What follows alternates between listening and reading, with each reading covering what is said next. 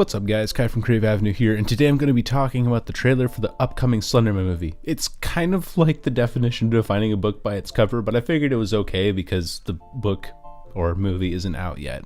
About 4 years ago, I started really getting into YouTube, right around the time that today's largely recognizable characters on the site weren't even close to the top 100 most subscribed channels. This was also back in the days of when indie horror games were a huge thing, among which was the Slender Man game. Over time, YouTube changed. Everyone forgot who Smosh was, most channels got pooped on because of the adpocalypse, and I honestly kind of forgot about Slender Man. That is, until I went to the theaters to watch The Last Jedi recently, and I saw the short TV spot for the Slender Man upcoming movie. I was excited for about 3 seconds because the trailer reminded me of the gameplay videos that I watched back 4 years ago, but then the sepia tinted glasses lifted and I started asking myself a lot of questions. Shortly afterwards, I went home and watched the full trailer for it, and these are my thoughts on it and what I will expect will happen with the movie. Slender Man is supposed to be released on May 18th of this year, which is already a failing in its own right. I'm pretty sure that most people who know or who have heard of Slender Man have already moved on and no longer regard him as a terrifying character, or they didn't know who he was back in 2013 and still don't care to this day. Because of this, I argue that this movie won't take off because it won't have an audience.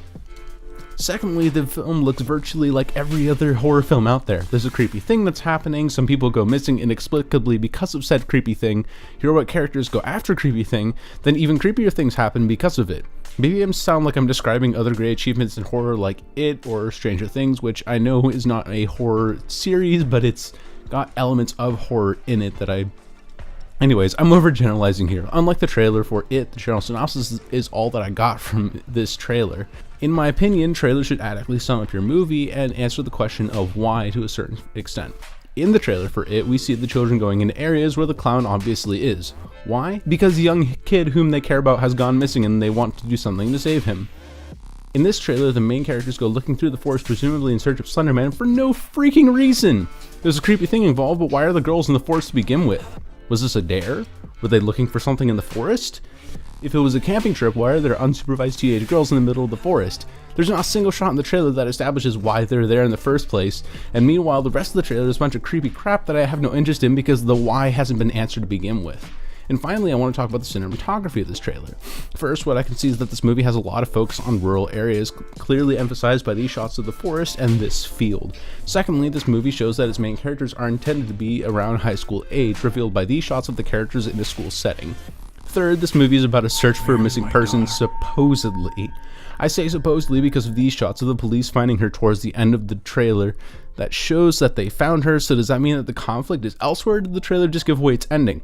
And fourth, if you look closely, they use the same shot twice in the trailer, the cemetery scene and the black and white eyeball stabby shot. Why? I may sound sarcastic here, but did they run out of good shots to use in their trailer and felt obligated to use the same ones twice? Maybe they felt like these shots were significant enough to the plot to include them twice. At any rate, in the end, this whole trailer had me asking, what is the goal of the main characters of this movie? Maybe I'm misunderstanding the horror genre by asking these questions, but it seems like this was a failing on the trailer's part in general. I know that you're not supposed to fully see the bad guy in horror film trailers because it wouldn't be scary to involve him, but at least make him more intimidating than just a few creepy shadows and this girl stabbing herself in the eye inexplicably. With all these points in mind, I think that this movie will fail. We'll laugh at it for a few weeks after it's released and then forget about it afterwards. Thanks for watching. If you guys enjoyed the video, hit the like button and subscribe to stick around for more content. And I will see you around the block. Goodbye.